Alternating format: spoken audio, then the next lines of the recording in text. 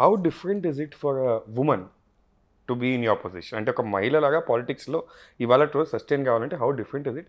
And మీకు అన్నారు చాలాసార్లు ఐ మీన్ టఫ్ ఫేజెస్ వచ్చాయని చెప్పి మీ లైఫ్లో.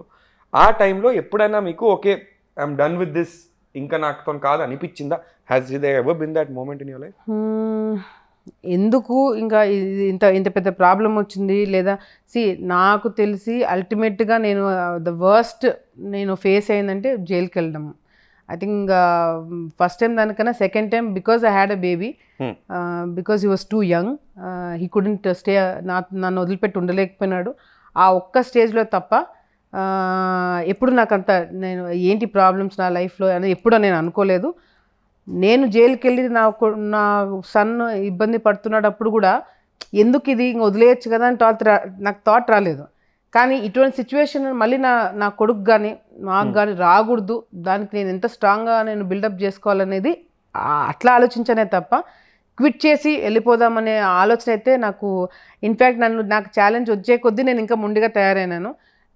నన్ను క్వశ్చన్ చేసి నన్ను ఛాలెంజ్ చేసిన ప్రతిసారి I've given it back, I've showed it. అంటే నేను చేయగలుగుతాను, బికాజ్ నాకు అన్ని టార్గెట్ నా మీద ఎందుకు పెట్టారు, because I'm a women.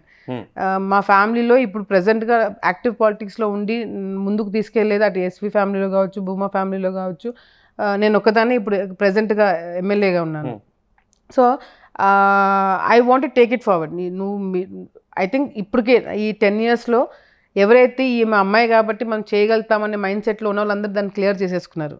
Okay, she's tough, we have to face her, she's going to come back to at us, we have to be prepared అనే మైండ్ సెట్లో నేను తీసుకురాగలిగినానంటే ఫస్ట్ ఆఫ్ ఆల్ క్రెడిట్ మా హస్బెండ్కి మా తమ్ముడికి వెళ్తుంది, బికాజ్ దే కంప్లీట్లీ సపోర్టెడ్ మీ.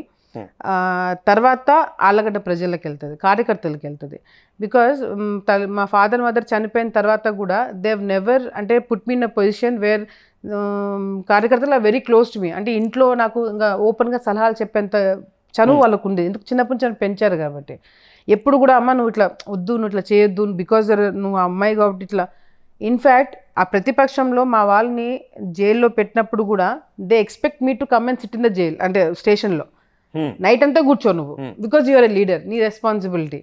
అట్లా నన్ను మోల్డ్ చేసుకున్నారు మా ఫాదర్ చనిపోయిన తర్వాత. సో ఆ కంప్లీట్ సపోర్ట్ నాకు నా కార్యకర్తల నుంచి దగ్గర వచ్చింది కాబట్టి I'm what I'm today. So వాళ్ళు నాకు కొంచెం వాళ్ళు సాఫ్ట్గా ఉండి సర్లే అమ్మ అని వింటే నేను ఇంత గట్టిగా నేను కూడా ఉండేదాన్ని కాదు.